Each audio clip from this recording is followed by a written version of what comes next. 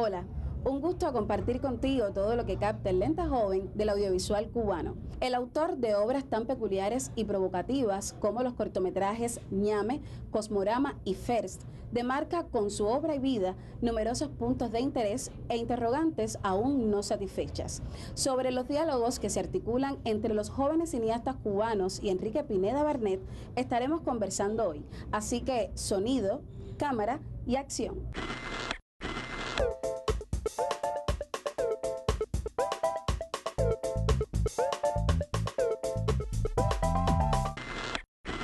Hoy te propongo dar play a otro estreno documental, El Espejo, que hace de 3 años rodara el realizador Boris Luis González sobre este mismo cineasta, centrado en su estrecha relación vital y creativa con el propio género audiovisual.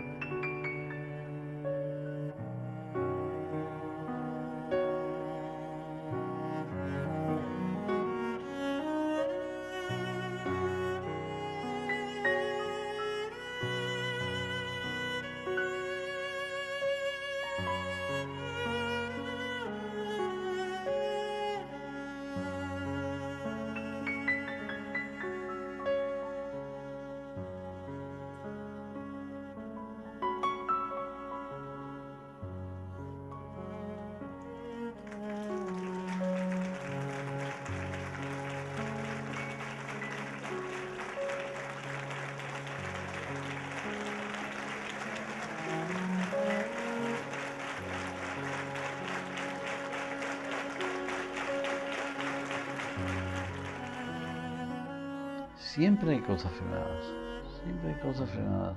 Yo,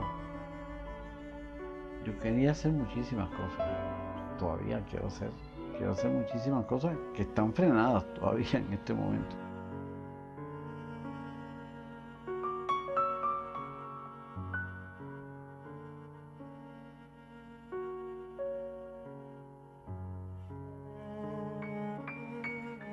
Yo creo que el lenguaje documental es todo aquello que documenta, que, que recoge un suceso, un hecho que ocurre y que la, la cámara o la grabadora lo recoge como documento.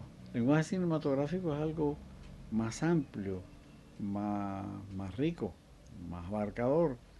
El lenguaje de ficción es un término más estrecho, más limitador, que se refiere a todo lo que está ficcionado, creado, inventado entre comillas, por el hombre.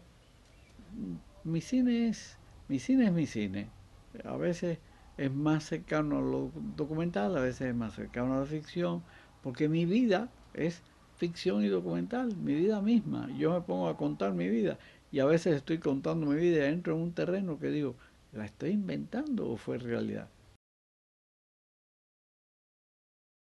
David es producto de una gran intuición y de una gran investigación. David fue, yo diría que mi primera obra sacada del alma. Yo fui encontrando, fui, fui confirmando en el camino de la vida y en medio de la investigación que Fran País era el personaje ideal, el personaje más paradigmático para mí. Fran, con sus contradicciones, con su mundo poético, con su mundo místico, con su mundo duro, con su mundo de justeza, ese Fran contradictorio, paradójico en sí mismo, ese Fran que yo en un momento determinado me decía, yo debía haber sido como él, yo era como él en esencia. Y fui haciendo este trabajo mezclando elementos de lo que llamamos documental, porque era un documento, era el producto de una investigación profunda, grande. Yo hice un libro de investigación de más de 600 páginas, que después lo doné al Museo de la Revolución y muchas personas, muchos historiadores han ido sacando de él como del pez grande debajo del agua, que los pececitos vienen y se lo van comiendo. Pero es que yo doy eso, no me gusta decir la palabra con generosidad, pero lo doy abiertamente porque lo que me gusta y lo que me maravilla es que se reparta, se esparza por el mundo ese personaje, ese sentimiento Fran País, que es un sentimiento tan, tan, tan hermoso, que me evoca, me lleva a personajes tan tremendos como José Martí, que es una figura que para Fran también fue muy importante, muy paradigmática, muy de maestro a seguir. En David yo empecé a mezclar también las formas de contar de las distintas personalidades que formaron el mundo de Fran y que conformaron ese mundo con lo mismo con piezas de un taller de mecánica que con cacharros de cocina, que con libros, que con músicas. Fran País es una mezcla, David es una mezcla de todos esos elementos y realmente es una película, me resulta una película muy, muy, muy querida. Es una película que primero tuvo 2 horas 40 minutos y me la fueron reduciendo hasta que se quedó en hora y media, cosa que es muy triste, pero yo estoy rescatando ya la de 2 horas 40 minutos. La redujeron por las cosas que se reducen, las cosas en nuestra vida, que son a veces son mutaciones, a veces son cambios para mejorar, a veces y muchas veces son mutilaciones. Mutilaciones que implican censuras, envidias, celos, temores, cobardías de enfrentar la realidad. En fin, todas esas cosas son las que llevan a cabo la mutilación, el corte, la censura. Los ñame. El ñame. Sí, porque es el ñame. ¿Se acuerda del ñame? Ñame se hace porque un grupo de estudiantes extranjeros, al ver una obra de teatro que estábamos nosotros poniendo, de teatro calle, le preguntamos, ¿y ustedes qué creen que debemos hacer ahora? Y nos dijeron, ustedes largarse a la zafra. Y entonces nos fuimos a la zafra. Pero, ¿qué pasa? Que como siempre con los artistas había prejuicio. Decidieron mandarnos a sacar ñame en lugar de cortar cañas. Llevamos una camarita Kodak de cajón, una camarita fotográfica Kodak de cajón, y ahí yo hice un montón de fotos de lo que estaba ocurriendo. Queríamos hacer un homenaje a toda aquella gente que se disparó a aquella zafra sacando ñame todos, de la cual yo tengo la maravillosa experiencia de haberme hecho una hernia discal. En aquel momento los Beatles estaban prohibidos. Y como los Beatles estaban prohibidos y era un delito poner música de los Beatles en algo, aproveché para meter música de los Beatles en todo aquel ñame. Y todo eso fue mezclado y salió el documental ñame.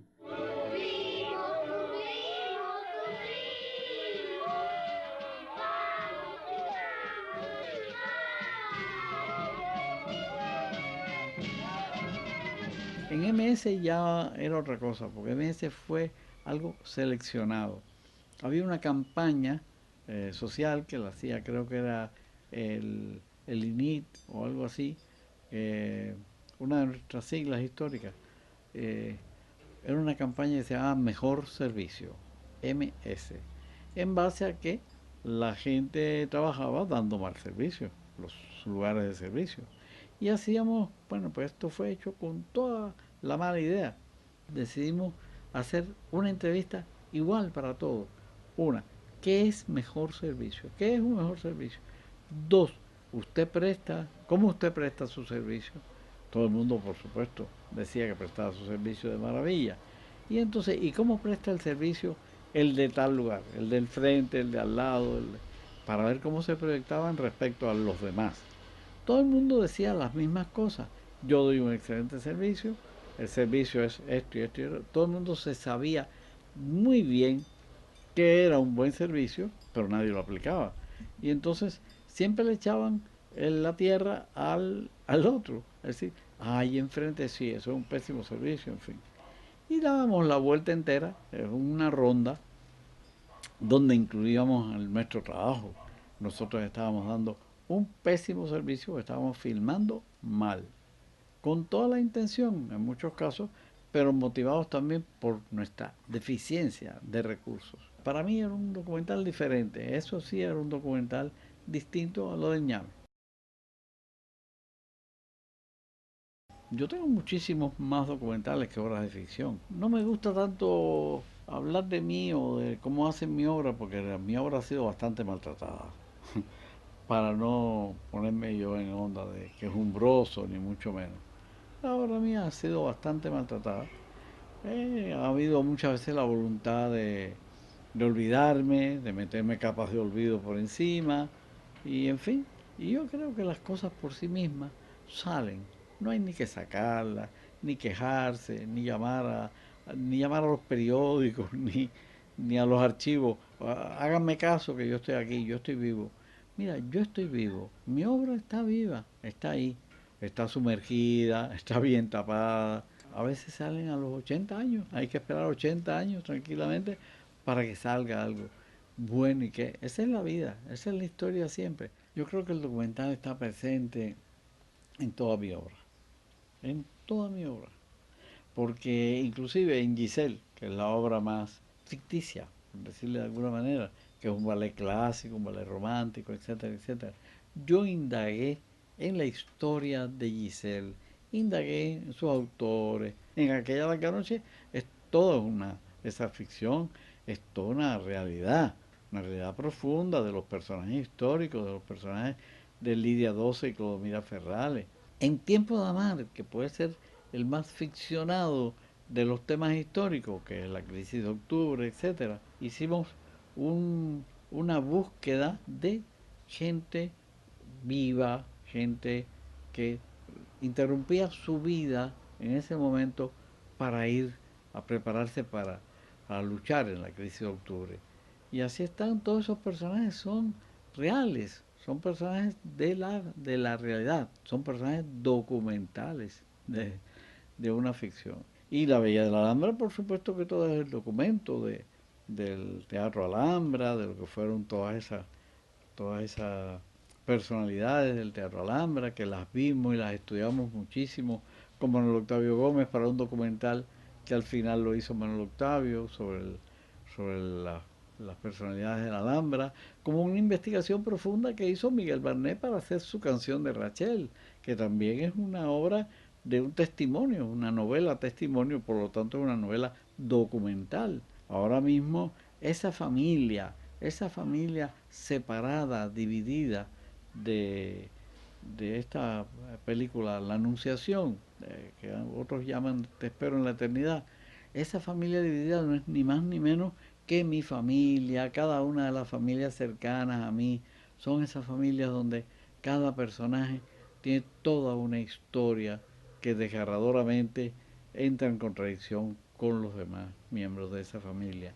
En ese caso lo que me interesaba era la, la separación violenta, la separación cruel de la familia cubana. Y ahora mismo con Verde Verde me van a decir que eso no es documental, con tantos crímenes homofóbicos que se han dado en nuestro país y en el mundo. Es documental, es documental. Y aquí, ¿quién saca las manos por Miguel Navarro, por Roberto Garriga, por tantos otros que han asesinado aquí por odio homofóbico. La homofobia es un odio, es un cáncer de la sociedad. Entonces, son películas documentales. ¿Me puedes llamar un poquito más tarde? No, más tarde no. Sí.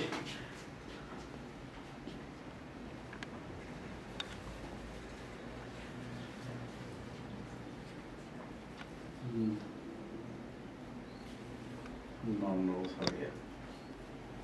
No. Realmente en este momento mismo no te puedo decir nada. No puedo hablar.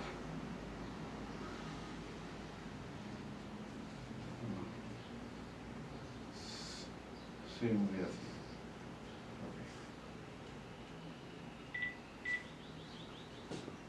Okay. Una periodista de prensa latina que siempre son tan inoportunos. Me van a decirme que murió Alfredo de Lara, que qué declaración le puedo dar. Tan desagradable llamar a una persona para decirle que alguien se murió.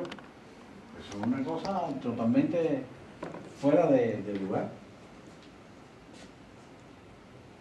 Qué fenómeno. Además, son tan faltas de delicadeza, de educación. No puedo decir nada, no puedo decir nada, no quiero decir nada, ni correcto ni incorrecto. La verdad es que son brutas. Porque ahí lo que hay es brutalidad, hay torpeza. No es...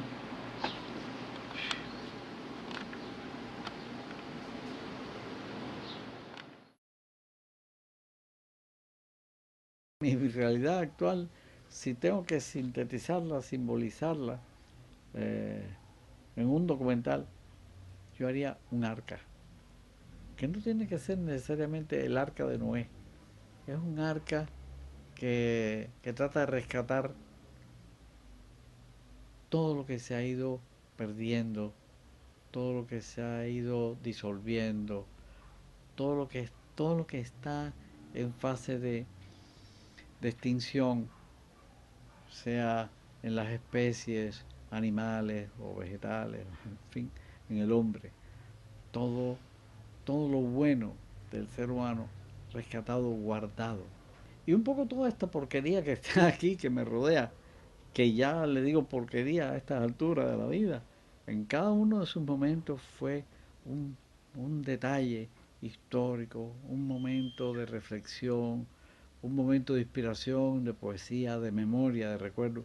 Ya se volvió, como digo, y no lo digo despectivamente, toda esta porquería que está aquí, que no es ni más ni menos que abono, es abono para la vida futura.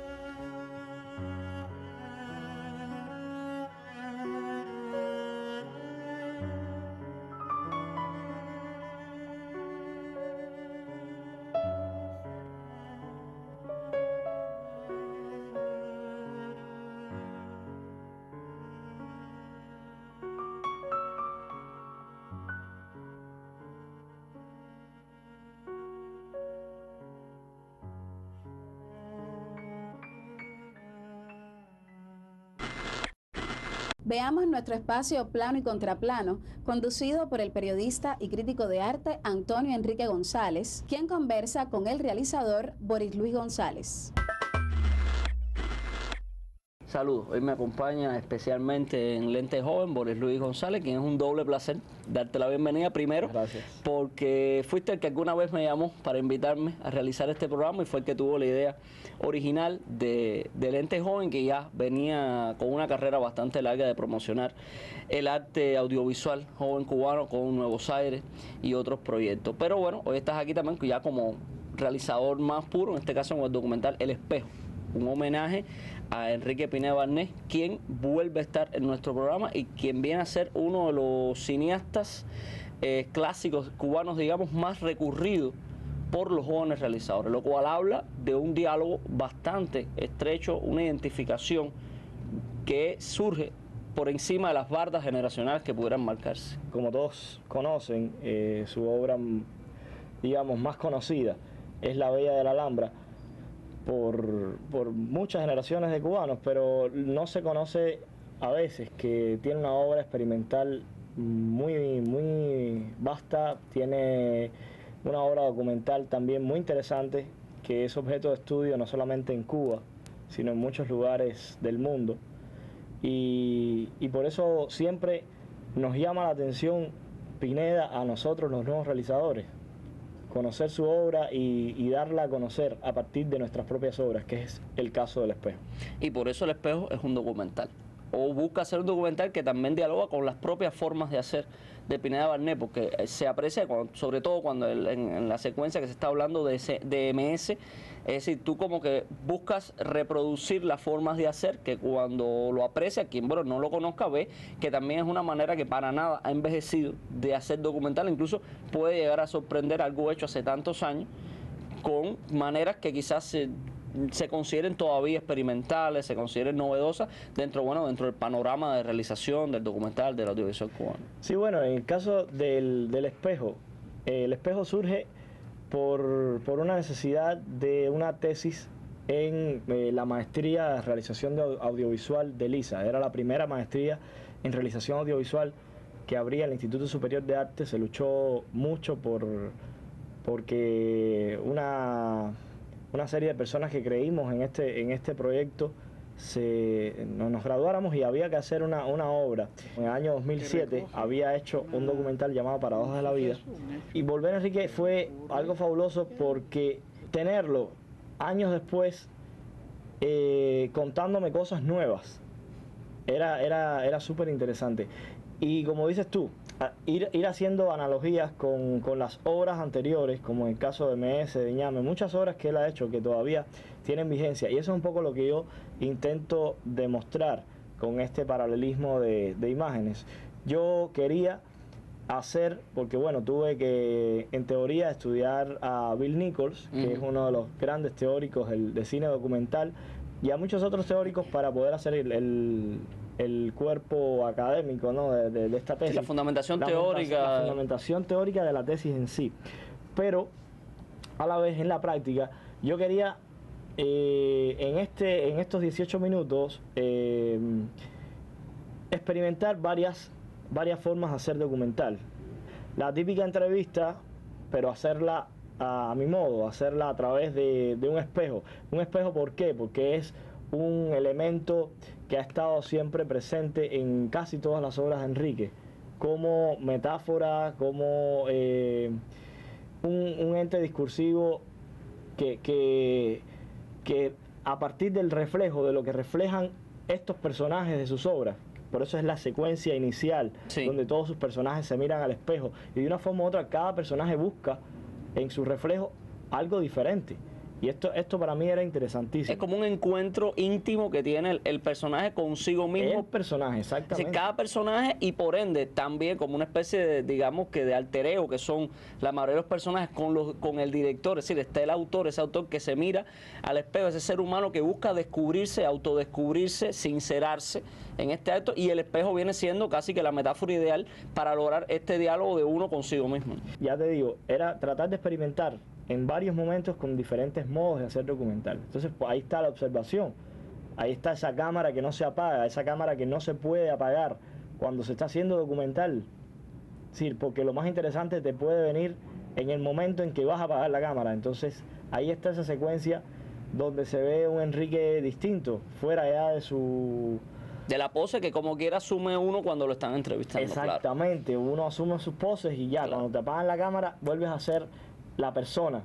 Y entonces también yo quería tener a la persona, y no es para nada, yo pienso que verlo como persona pudiera parecerles a algunos no debiste haberlo puesto. Hay otras personas que encuentran en esta secuencia de la llamada, yo le llamo la secuencia de la llamada, encuentran el punto más interesante del documental. Pudiera haber una serie de argumentos quizás éticos a la hora de decir, bueno, hasta qué punto tú estás violando un espacio, pero en mi opinión me sumo a que es la parte más importante del documental, porque incluso tú estás dispuesto a romper, a sabotearte en un sentido positivo tu propio documental, precisamente para discursar de lo sorpresivo que es precisamente la práctica del documental. Tú fuiste con una idea que era entrevistar a Barnett, conversar con él, etc. Y fuiste con toda una concepción inicial. Sin embargo, te encontraste con lo inesperado.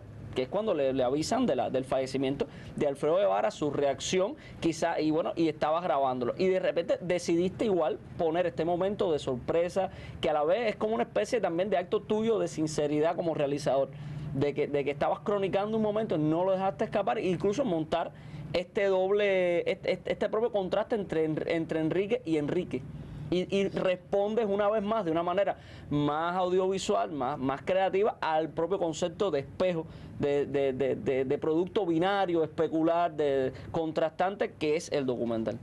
Pues exactamente, esa fue la idea. Y cada segundo del documental está bien pensado por el hecho de tener a un Enrique en muchas variantes, en muchas manifestándose de diferentes maneras, y es lo más interesante, es la pluralidad de comportamientos de un ser humano que es Premio Nacional de Cine en Cuba, pero que es ante todo una persona inteligente, humana y que nos aporta tanto a los nuevos realizadores, a las nuevas generaciones. Exactamente, es un realizador que todavía tiene mucho que decir como persona, como creador, su obra todavía dialoga y por eso se legitima como un clásico actual del audiovisual, y por eso creo que siempre, todavía no es suficiente los acercamientos que se hagan a Enrique Pineda Barnett. Agradecerte, Boris, que has estado de una manera aquí especial en el programa El Lente Joven, y bueno, ustedes los espero en una próxima emisión. Luego de homenajear al maestro Enrique Pineda Barnett, me despido hasta la semana próxima a esta misma hora y por Cubavisión para seguir captando a Cuba con Lente Joven. Puedes comentarme tus opiniones a lente.joven@icrt.cu. Hemos estado en la sala Alfredo Guevara de la Asociación Hermanos Saiz. Soy Indira y te agradezco la complicidad. Chao.